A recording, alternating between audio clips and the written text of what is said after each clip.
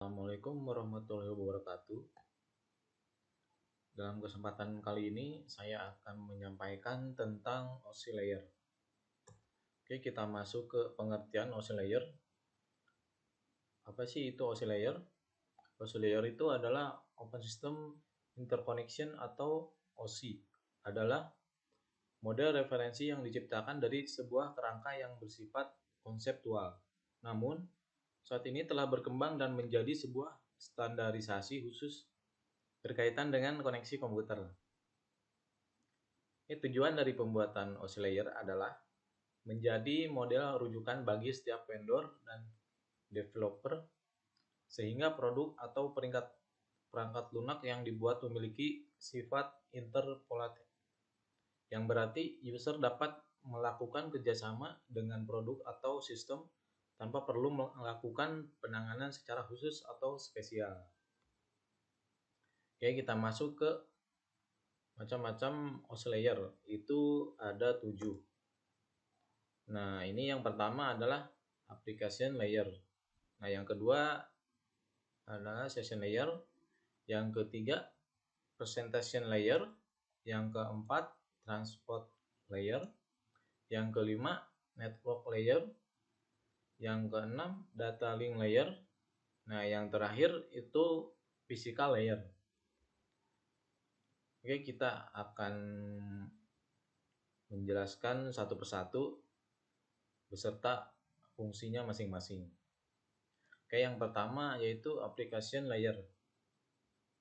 Application layer itu adalah lapisan yang menjadi pusat, center terjadinya suatu interaksi antara pengguna end user dengan aplikasi yang bekerja menggunakan fungsionalitas sebuah jaringan dan mempunyai fungsi untuk melakukan konfigurasi mengenai bagaimana cara aplikasi dapat bekerja menggunakan resource jaringan. Adapun ada contohnya yaitu HTTP, SMTP, FTP, dan lain-lain. Oke, lanjut ke presentation layer. Lapisan yang keenam ini adalah presentation layer, di mana mempunyai fungsi untuk mentranslasikan format data yang akan ditransmisikan oleh aplikasi melalui jaringan ke dalam format yang dapat ditransmisikan oleh sebuah jaringan. Pada layer ini, data juga akan enskripsi dan deskripsi melalui sistem. Nah, di sini ada contohnya nih. Yang pertama, FIME, SSE, TLS, dan lain sebagainya. Lanjut, yang nomor 3 yaitu session layer. Session layer merupakan lapisan yang berfungsi untuk mendefinisikan bagaimana sebuah koneksi dapat dibuat, dikelola, dan dikembangkan. Contoh session layer ini adalah protokol yang berada pada session layer adalah NVS, SMB, RTP, dan lain-lain. Nah, selanjutnya ke transport layer. Transport layer ini mempunyai fungsi untuk memecah data menjadi paket-paket data, serta memberikan nomor urut untuk setiap paketnya.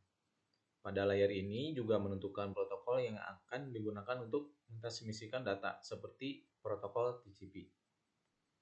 Protokol tersebut akan mengirimkan paket data sekaligus memastikan bahwa setiap paket telah diterima dengan sukses dan tepat sasaran. Selanjutnya ke network layer.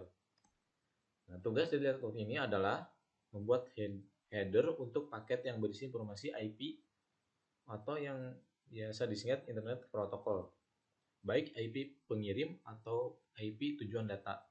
Pada suatu kondisi, network layer juga merupakan proses routing melalui internetworking dengan menggunakan bantuan router dan switch pada layer ketiga. Nah, selanjutnya ke data link layer. Pada data link layer ini memiliki tugas untuk menentukan setiap bit data dikelompokkan menjadi format yang disebut dengan frame. Nah, pada level ini juga terjadi koreksi kesalahan, flow control, pengalamatan hardware atau perangkat keras seperti halnya pada MAC address, yaitu Media Access Control Address. serta menentukan bagaimana perangkat jaringan seperti hook, repeater, bridge, dan switch pada layer 2 dapat beroperasi. Untuk spesifikasi IEEE 802 dapat membagi tingkatan menjadi dua level, yaitu yang pertama lapisan media access control MAC dan lapisan logical link control, yaitu bisa disingkat dengan LLC. Oke, selanjutnya ke physical layer. Nah, model OSI layer terakhir dan paling utama adalah physical layer. Nah, fungsinya apa? Fungsinya itu adalah untuk mendefinisikan media transmisi jaringan, sinkronisasi bit, metode penyilangan, serta membangun arsitektur jaringan seperti pengkabelan dan topologi jaringan. Pada tahapan atau level ini juga mendefinisikan mengenai bagaimana sebuah NIC, yaitu Network Interface Card, dapat berinteraksi secara langsung dengan media kabel dan perangkat radio.